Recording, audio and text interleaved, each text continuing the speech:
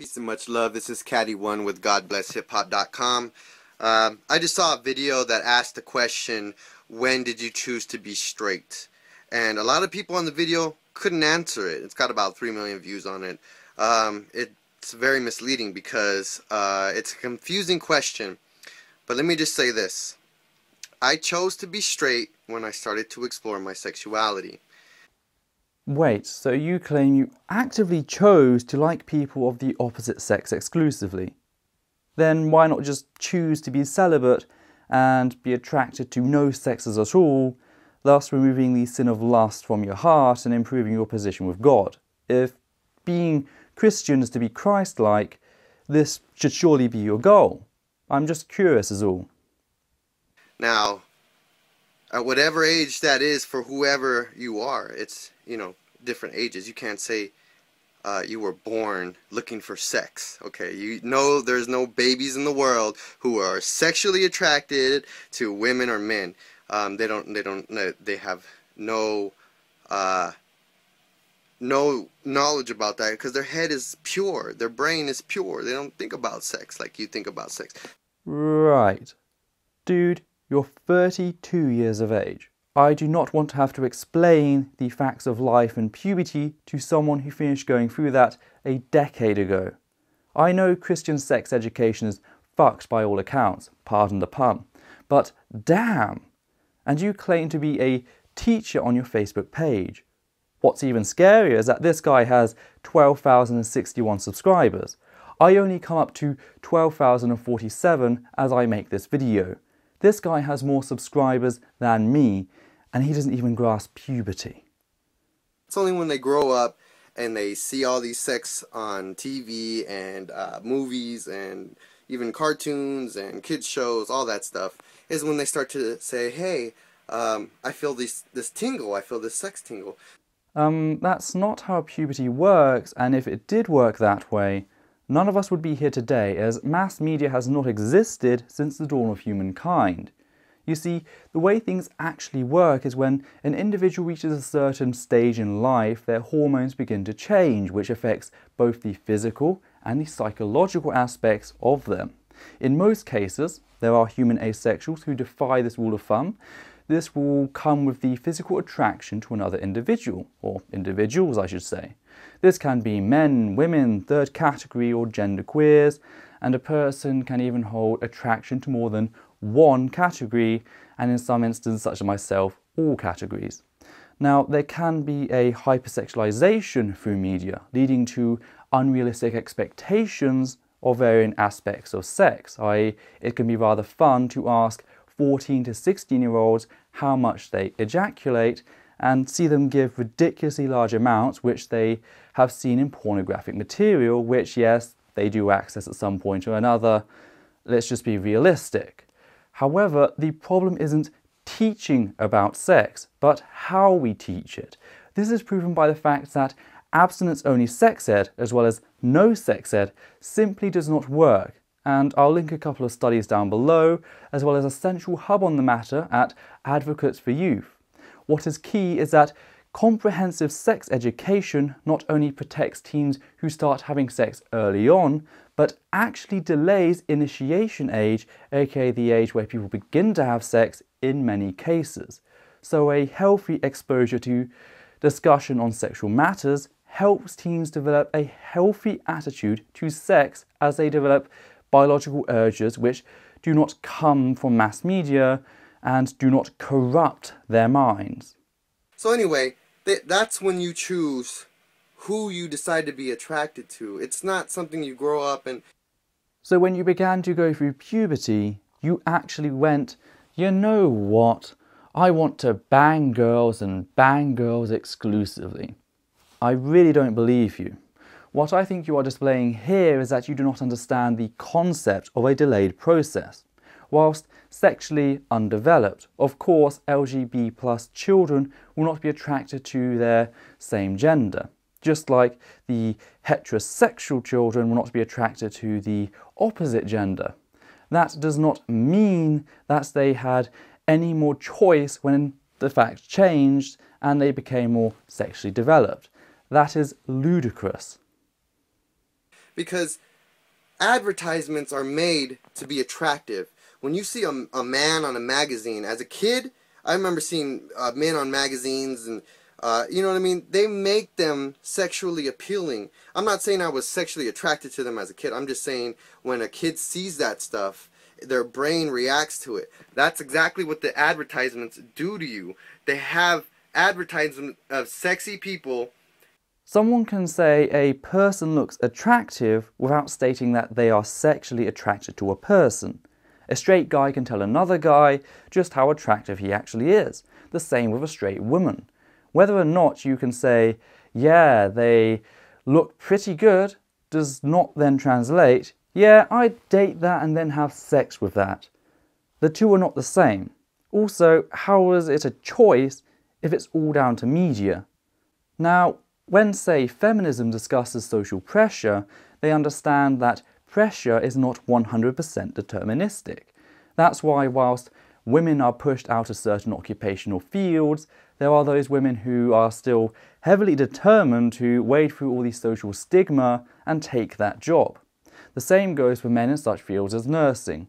Look at what happens when a man steps outside his gendered expectations there. It was one of the primary jokes of the film Meet the Parents. As for social pressure and sexuality, non-heterosexuals are not in power. Heterosexuals are. There is something known as heteronormativity. One example of this occurs through what is labelled as homohysteria. I actually had the pleasure of attending a lecture by Eric Anderson on the matter back in college. Homohysteria is a knee-jerk response in society which is aware of homosexuality existing, holds homophobic values and views, and it also views homosexuality as atypical. Now, any non-masculine behaviour seen in men is met by instantaneous ridicule and stigma to try and push them away from homosexuality, let alone other forms of sexuality. This is why some people come for gay reparative therapy. Your model, on the other hand, doesn't match or explain reality.